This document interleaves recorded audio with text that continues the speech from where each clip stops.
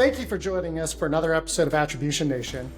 In this current series, we're stepping into the C-suite to hear directly from CMOs and marketing leaders navigating today's most complex marketing challenges.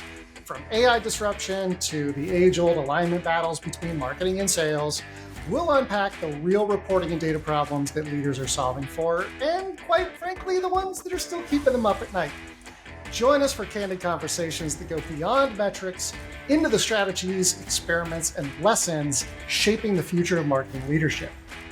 In this episode, I am joined by Catherine Gutierrez, CEO and founder of the CMO Agency. And in this interview today, we're going to discuss her real experiences from the trenches, from big wins to the metrics that keep her up at night. Catherine, thank you so much for joining.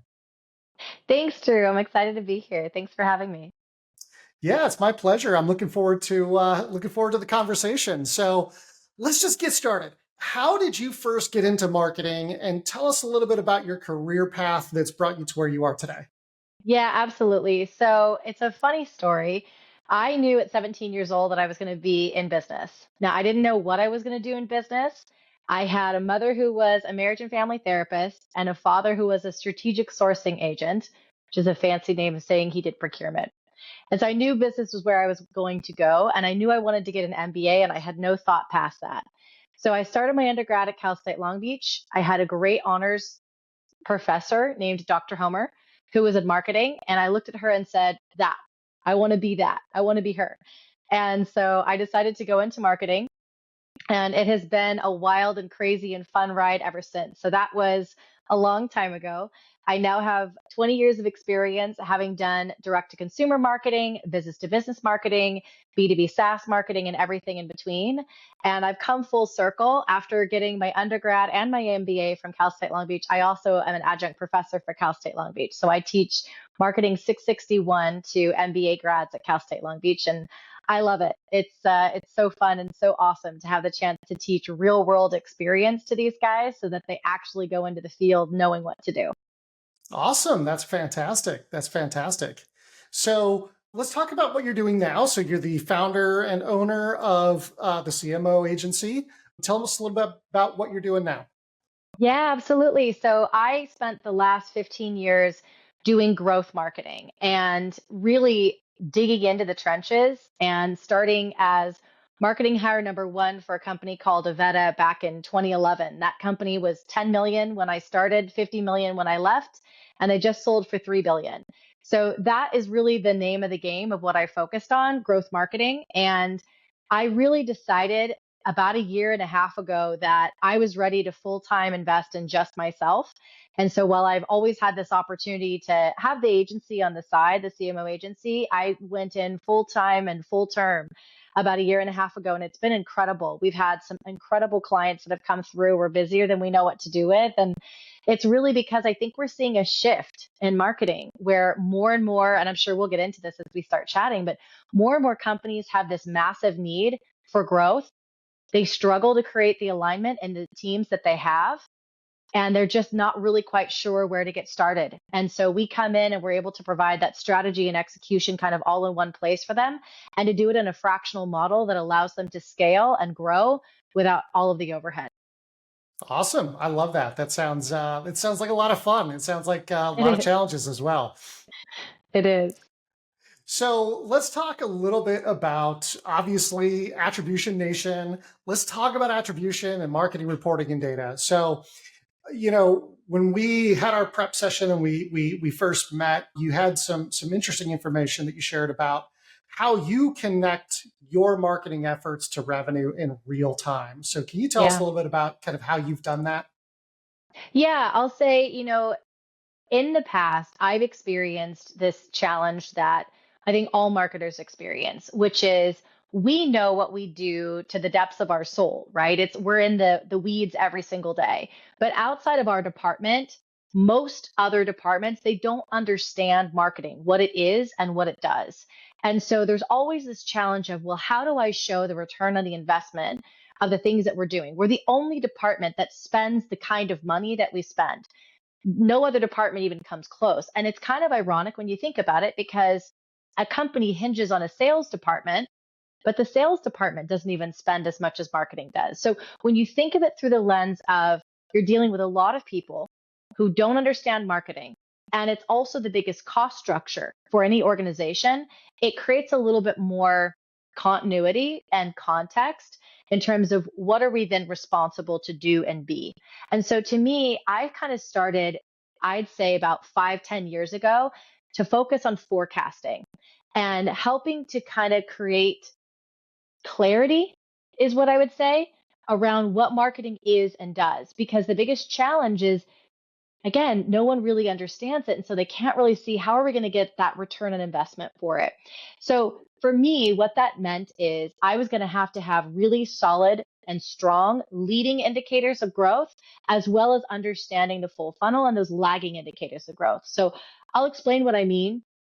Obviously, lagging indicators, I'm looking at revenue. I'm looking at, bookings and then closed won, bookings leading to closed won revenue for the organization. And that can vary depending upon what kind of an organization you're working with. But most of the time, I'm usually working in the software space. So it's looking at annual recurring revenue and bookings preceding that, and preceding bookings, looking at meetings. Those are all lagging indicators, very important to understand. Now, that allows me to have a good conversation with the sales team, because that's how they speak, as well as the finance team, because that's what they're used to. But it's those leading indicators, and we can double click into that as you'd like, but it's those leading indicators that really make the difference in being able to pull together a forecast so that people can really understand, well, why are you sending this many number of emails? Why are you suggesting that we go to this event?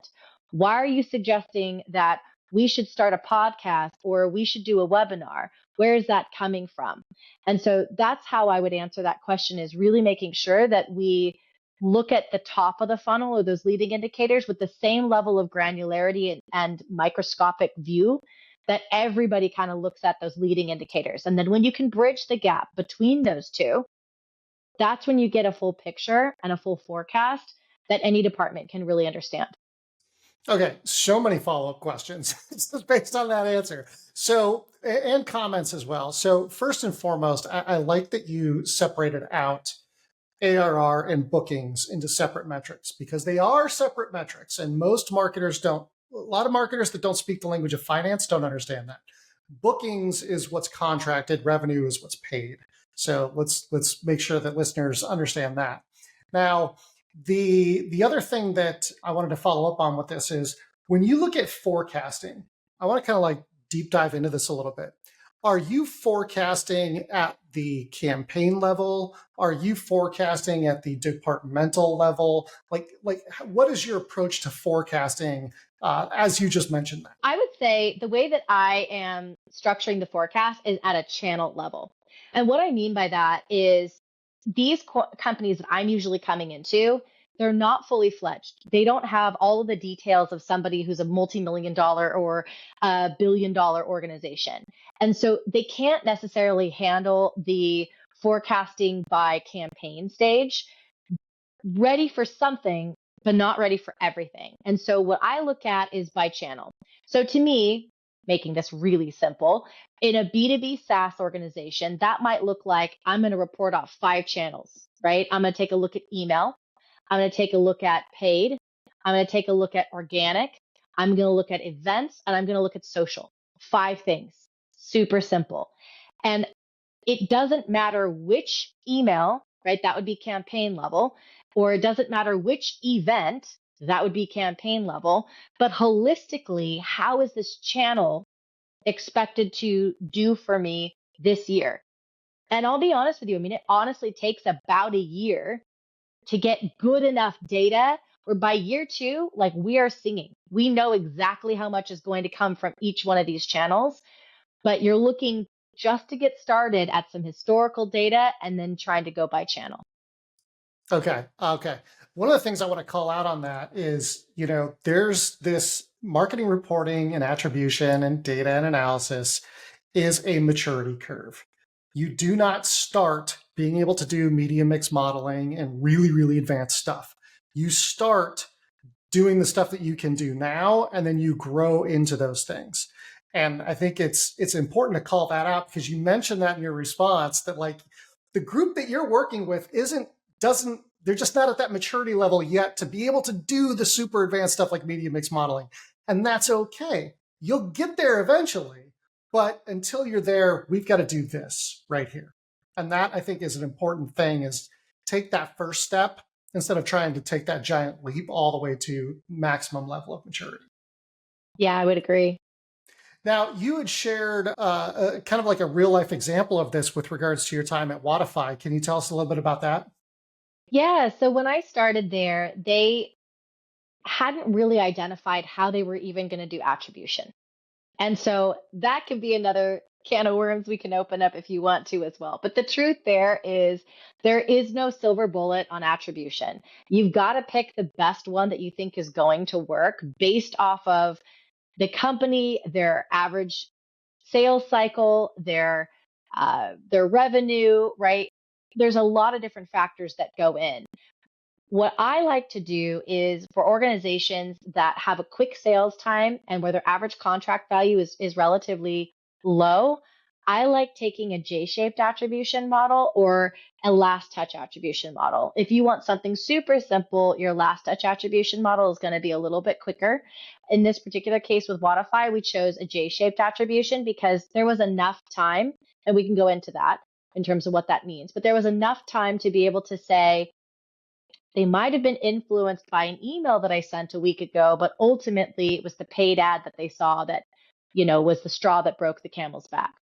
So the first step for me, and anytime I'm putting in an attribution model, J-shaped, last touch, first touch, doesn't matter, is how do we get the sales team and the marketing team on the same page in terms of what good looks like?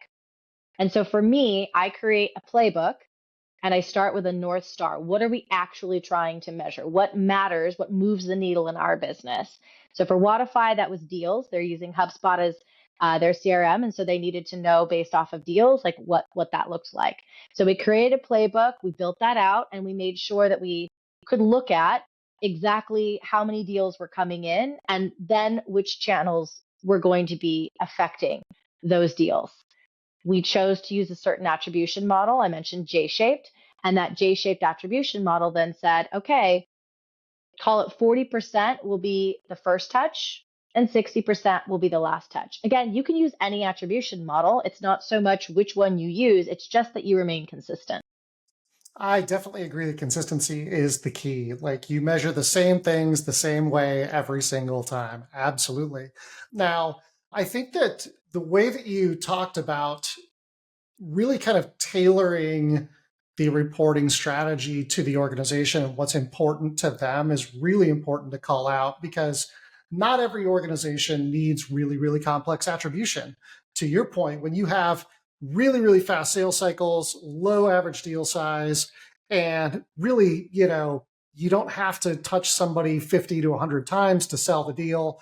You don't need complex multi-touch attribution. You need something that captures the thing that happened right before they bought, right? Particularly when you're talking about like anything with e-commerce.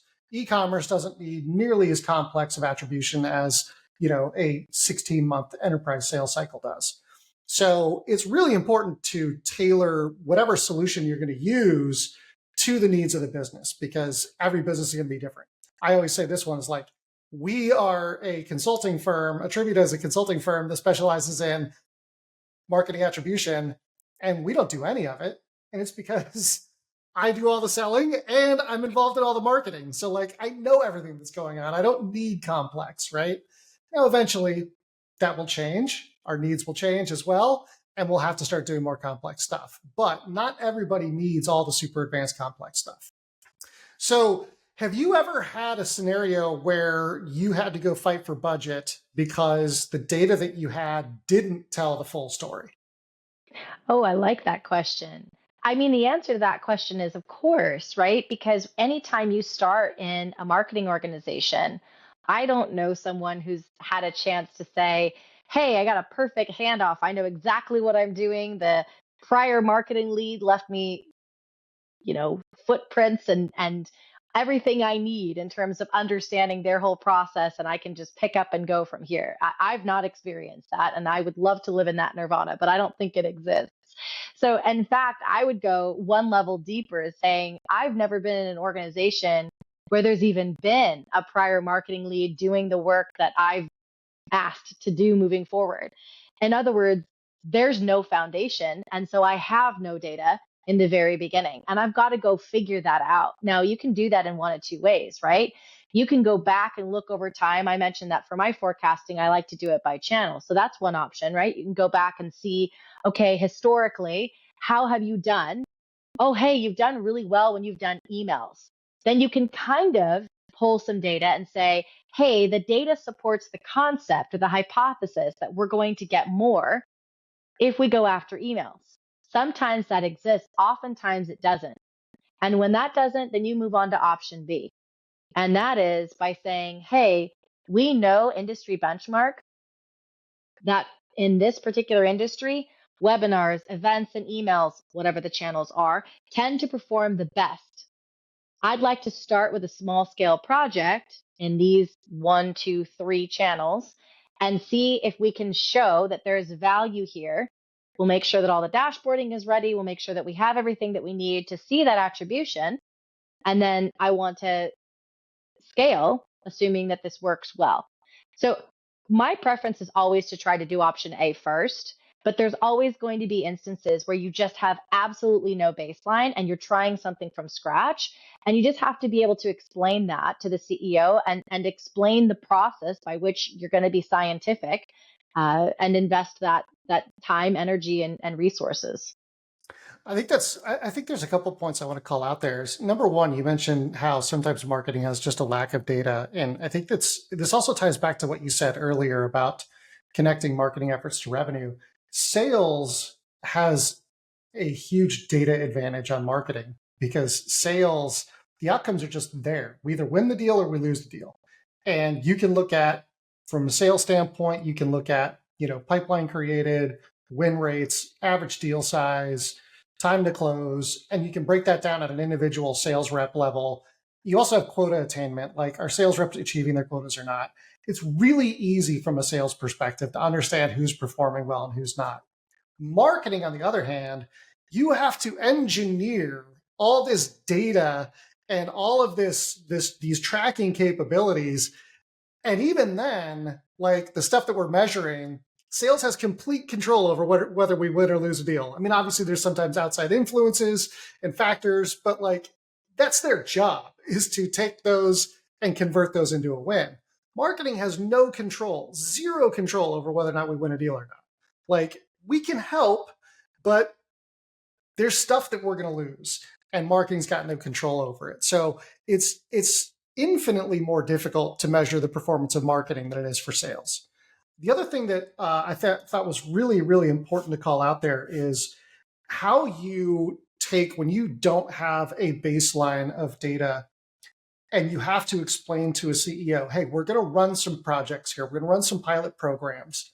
Here's how we're going to track that to make sure that we can understand how this is successful or whether this is successful or not, so that if it works, we'll do more of it. If it doesn't work, we'll either fix it or we'll stop doing it. I feel like there's two things in there that marketers just need to do better. Number one, creating that strategy up front during campaign planning when we are talking about how we're going to measure success of a campaign or a pilot program of some sort. And two, communicating that to the folks that have the risk. Like we always know that like CFOs and CEOs are the ones that have the risk of giving marketing the money only to have nothing come out of it, right? That's what they're terrified of. So we've got to help them understand, hey, if you're going to give us this budget here, especially when we're doing experimentation, right? Here's how we're going to track that. So we've got to create that strategy and then communicate that strategy better so that we can make sure that we continue to get those experimentation funds. Yeah, it really is that communication. And it's hard, right? Because as a marketer, in an ideal world, you don't have to spend all of your time educating someone as to the value of marketing. You're just out there actually doing it. Because let's be honest, that's hard enough. We have an extremely difficult job. It's not just the data aspect, it's the investing aspect. We're going out, we're taking a house, a foundation, and we're renovating the entire thing, placing bets on to spend more money in the kitchen and inside the bathroom and for the curb appeal, because at the end of the day, we want to sell this thing. That's usually the approach in the B2B SaaS space, right? You're always trying to grow the company to either get investment or to get an IPO. So you're creating an investment. And I like to approach the budgeting aspect and the trust aspect in that exact same way. Meaning, I want the C-suite to come along in the process of understanding the role that I play. I am an investor and a scientist. My job is to place educated hypotheses and guesses on where that money is going to best be spent so that when it comes time to get a return on that investment, I can clearly and cleanly say, this is why I spent this and this is what I got out of it. It wasn't successful, so I'm not going to do that again. Instead, I'm going to place it over here because this is where it was successful. So to me, a big piece of this is just having those baseline conversations to create and establish trust, honestly, from the interview stage in the conversation. Because if anybody comes into an interview for a marketing role telling you that they're going to know exactly where to place money and that they're going to be perfect at it, then they're not being honest. The truth is, it varies every single time. I've done this for 20 years, and I'd argue I've done it well for 20 years, and it still varies every single time because I don't know how that channel is going to work for that organization with that message at that time with that specific offer. I just gave you 5 variables right there that need to be looked at, let alone the sub variables that go into it. And it's why you made the comment that you did, where it's a lot easier to track data at the end of the funnel with the sales team than it is at the top of the funnel, because the top of the funnel is a lot bigger and you're introducing tiny little variables at every single stage. And that's the scientific aspect of it. So we have to control those variables as much as possible. And frankly, that's the story that the C-suite team needs to understand from the moment you step in through those double doors and have that conversation, right? Again, for me, it starts at the interview stage and then it just continues from that point on. I'm going to show you every single month or every single week whenever we're having our C-suite conversations. I'm going to show you what's working. I'm going to show you what's not working. But you're going to have to understand some stuff isn't going to work and some stuff is. And I'm going to go double and triple down on the stuff that is working. But that project over there where we tried to overhaul the bathroom and we got the wrong tile and people weren't super interested in it, it didn't work. I have to go try something else.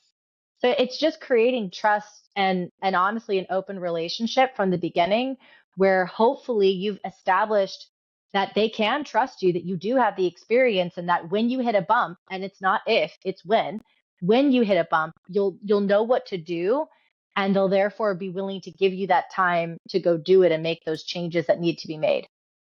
I absolutely love the concept of marketers as scientists when it comes to this stuff, because I think that just kind of helps clarify how we need to approach things. But the challenge there that we run into is, to your point, not every marketing campaign is going to be a success. Mm-hmm. Sometimes you're going to have failures. And that is not the fault. That's not necessarily the fault of the person that created the campaign. We've got to stop looking to placing blame on people and place a blame on a campaign. Because if you want to innovate, if you want to do new, cool, creative stuff, you can't then turn around and go, oh, well, you tried something innovative and it failed and I'm blaming you. No, well, then I'm never going to step outside my safety net ever again. I'm going to always be safe. I'm always going to be conservative. I'm just going to do the bare minimum because you don't give me the space and the freedom to get creative and maybe fail. And that's not just a marketer thing. That also goes up to CEOs and CFOs. Not everything is going to be perfect. You aren't perfect yourself, so you can't expect other people to be perfect either. I could stand on a soapbox here. I won't, but I will make a comment. And the comment is this: we are seeing a fundamental failure in CMOs and marketing in general. I have a very strong opinion about this. And I think the reason we are is because there's been a shift and a misunderstanding in what marketing is and does. I'll get specific here in what I mean. Digital marketing is awesome. And the reason that we all decided we loved digital marketing is because it provides more room and more space for data and science. Traditional marketing, putting up a billboard or doing an out-of-home ad, You've got to use a market research company to be able to measure lift. And that's not scientific, it's squishy. And squishy makes C-level folks unhappy. And I get it because it seems a lot nicer to have something hard and data bound that you can use. And frankly, as you see, I love data. Data matters a lot to me. But here's the rub, here's the challenge. It actually is even worse than what we're talking about. When you don't give someone the ability to fail and fail small and fail fast, but when you don't give somebody the ability to fail, you create distrust on both ends. And now you have a situation where marketers' tenures have gone from CMOs had a tenure before of call it 2 to 4 years. We're sub 24 months now. Same as CROs because you're dealing with the same issue in both instances. CROs and CMOs are trying as much as they can to lead with data and to move as quickly as they can.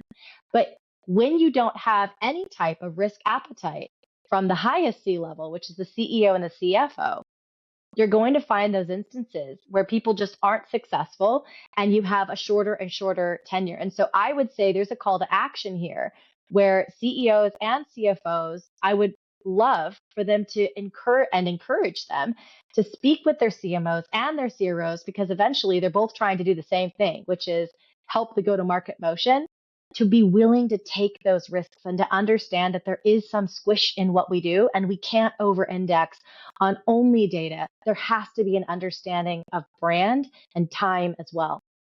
Yeah, I mean, the last thing I'll say on this before we move on to another topic so that we don't keep beating this horse is, there's some stuff that is completely just unknowable. A campaign can fail and we may never find out why it failed. And to the reverse of that, a campaign may be wildly successful and we just don't know why. Sometimes, particularly in the marketing world that we live in, there's unknowable things that pop up. And we just all have to understand and acknowledge that, yes, there's unknowable things. And no, that can't change. We can do our best to figure out why things failed or were successful, but we may never find out. And that's okay. It's okay that there's unknowable things because guess what? They're there whether you like it or not. Agreed. So let's talk a little bit about a time where attribution and data failed you and maybe led you down the wrong path. Yeah, I'll say I had an experience about 2 years ago where the data indicated that paid ads were the way to go. And we worked really, really hard on getting everything scientifically ready from an attribution perspective to make sure that paid ads were great. So we forecasted everything else out. We looked at clicks, we looked at impressions. We had built out a true funnel of what was working. And I'll say we were successful, right? We helped a company to become profitable after having never been profitable for a period of 7 years. They'd been open for 7 years, never were profitable. After 4 months of working with us, got to profitability. Awesome, right? So a success. The failure is that the data underlying the data, and this is where things get complicated, was not correct and wouldn't have been seen by the team at the time. In other words, where they were pulling the data from, the system that they were building the reports and we were looking at all of this attribution from was incorrect. So did they still hit profitability? They did. But should they have focused as much on paid versus some of the other channels that would have been more profitable? No. So the long story here is they weren't as successful as they wanted to be. The short story is they could have been if that data had been better. So the takeaway for me as a business owner and as a marketing growth strategist was always verify the data underlying the data. In other words, the source. Make sure that the source is as clean as possible because while you can still have a good result, and we did, you could have an even better result if you dig a little deeper. That's a great point, is validating the data, because so many marketing teams don't have a rigorous validation process. They look at the data and they know, okay, this is what it's telling me. Great, cool. But they don't ever actually go through a validation process regularly. They don't do it until something looks wrong and they're like, oh, shit, this looks wrong. We need to go validate the data. But if you're waiting until something already looks wrong to validate the data, you're late. So we always recommend like quarterly data validation at a minimum because you know we know that most organizations report out on things on a quarterly basis. We do quarterly recaps. So at a minimum, we've got to do quarterly data validation. The moment you start reporting on things more frequently than quarterly, well, guess what? Your data validation has to get more frequent as well, because otherwise your data could be incorrect. I think that's another really important thing to call out, though, is that data changes, particularly when you're looking at live data. And this is just like one of the simplest things that organizations can do to help folks validate data, but also to help build trust. This is just a super simple tactical thing. Everybody just start doing this. When you pull a report and run a report and pop that data into a deck or a Word doc or whatever you're putting it into to communicate it to somebody else, screenshot, whatever, always put in a data as of X date on there, because that way, particularly when you're dealing with live data and the data changes, we know that if the data is different, that doesn't mean that the new data is wrong or the previous data is wrong. It means the data changed and we expect that change. So just a quick little tactical, please go do this more often. I agree. All right. It wouldn't be a podcast in 2025 if we didn't say anything about AI. So let's talk a little bit about how you and your organization are managing AI and coaching folks on using AI. Yeah, this one's near and dear to my heart and very special. I think as growth strategists, our job is to understand where the business is going. And it's why, like I said, I built this agency. I could tell that the economic landscape was such that there was going to be more of a need for fractional marketing leadership and for growth strategy in general. How does that come into AI? Well, in November of 22, when ChatGPT was launched by OpenAI, I was so excited. And, I had two choices, right? Try to have someone on my team learn this or go in and get my hands dirty, roll my sleeves up and learn it myself. And I chose the latter, and I'm really glad I did because I've now built a business off of it. In other words, AI in general obviously has fundamentally shifted the way that marketing is being done. And I think that's no surprise. I think the piece that people don't understand yet and are really looking for guidance about is, how do I use AI? How can I use it to scale my business? How can I use it to run my marketing team? And what is the right way to use it? And for me, because I use it all day, every day with everything that I do, those answers are actually very simple. But if you aren't really familiar with it, they can seem really complex. So to me, it's, you use AI to do what a junior marketing coordinator used to do. You use AI to do what a copywriter used to do, outline something. You don't have to have it write everything, though honestly, it can do a really good job. The answer is, use it for the first draft of everything that you do, because then you don't need a person to do that.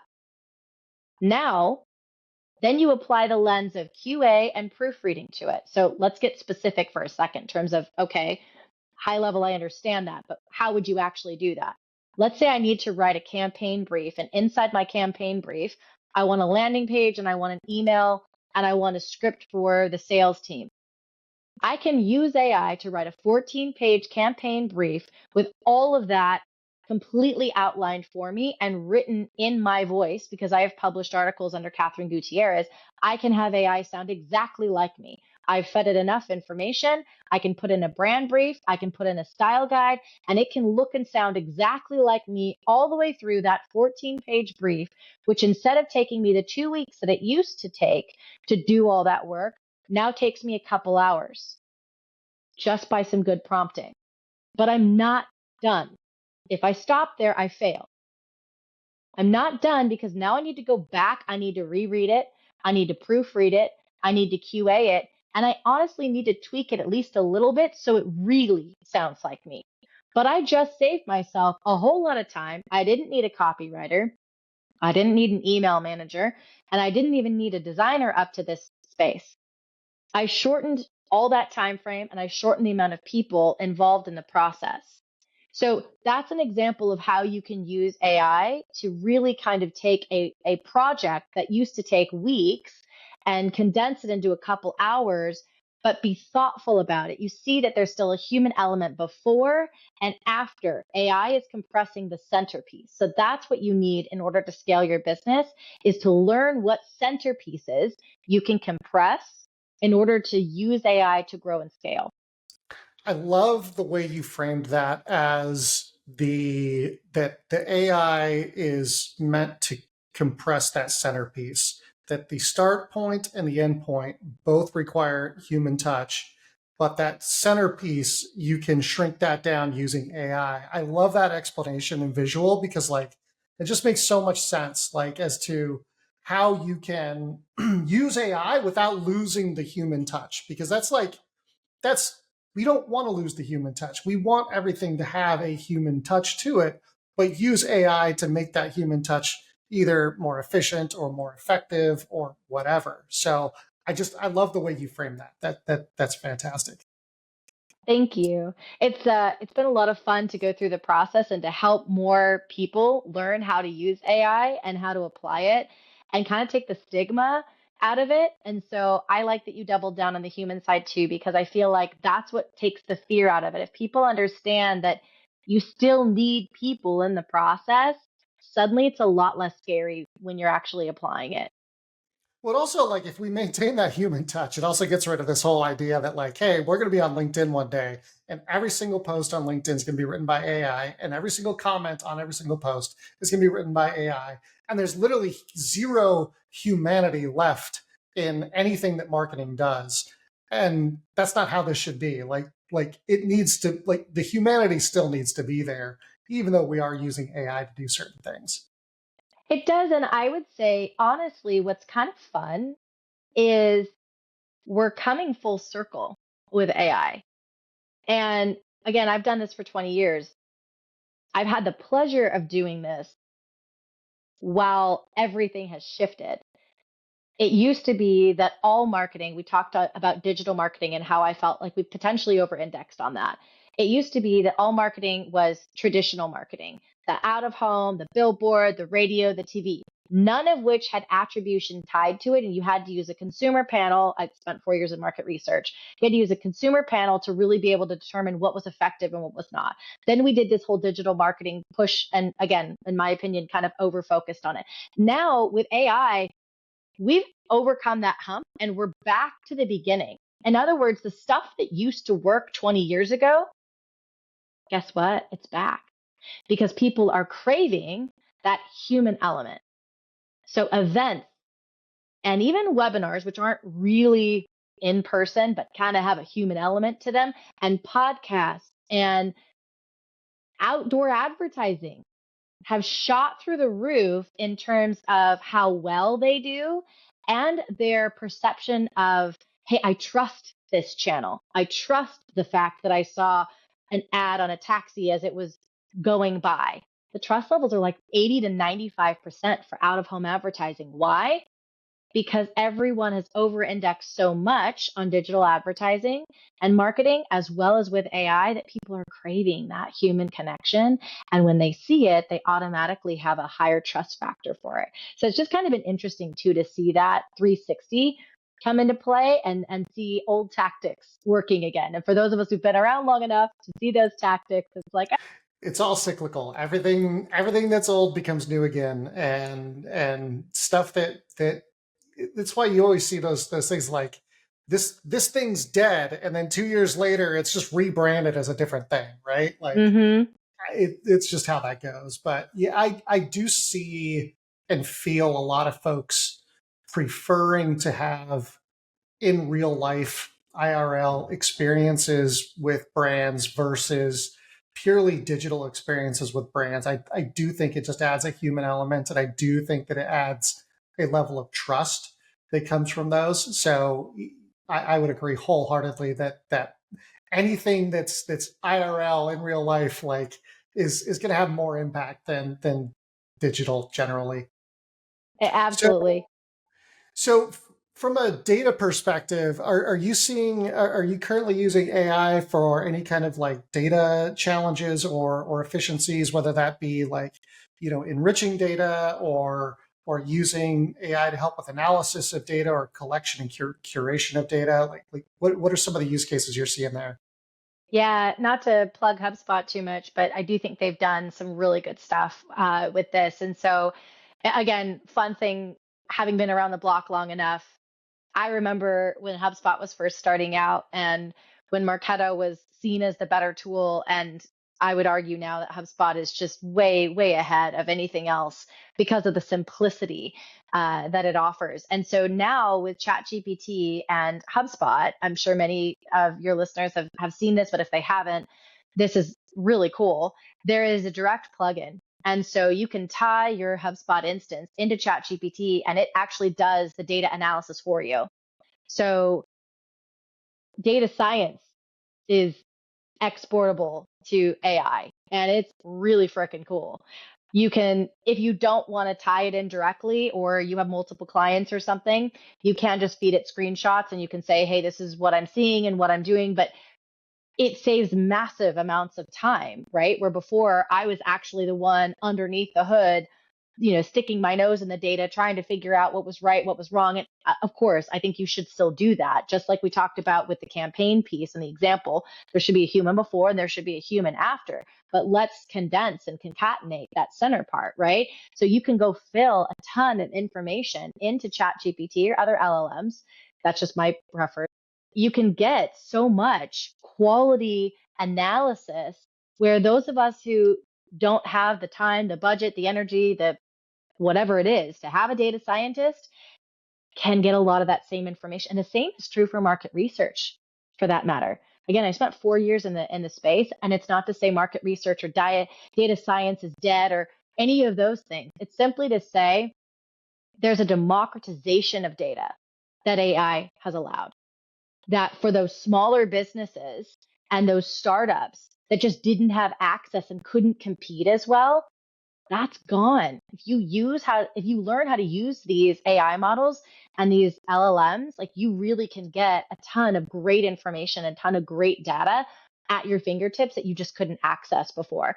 And then use the data scientist the same way you would use a marketer, right? Go that next step. Use the market researcher to do the stuff you can't do. Launch a longitudinal study, right? Instead of the basics of, hey, should I go into this vertical or that vertical? Nothing's dying. It's just being condensed. I love that whole explanation. Thank you. So, Catherine, we're coming to close on time here, and what I usually like to do at the end of these is I usually like to go through kind of some key takeaways, things that came up in our conversation today that I think listeners should really pay close attention to. This is kind of like putting a too long didn't read at the end of a podcast. So, a couple of the main key takeaways that I heard today are, attribution models are a great tool to get marketing and sales teams more aligned.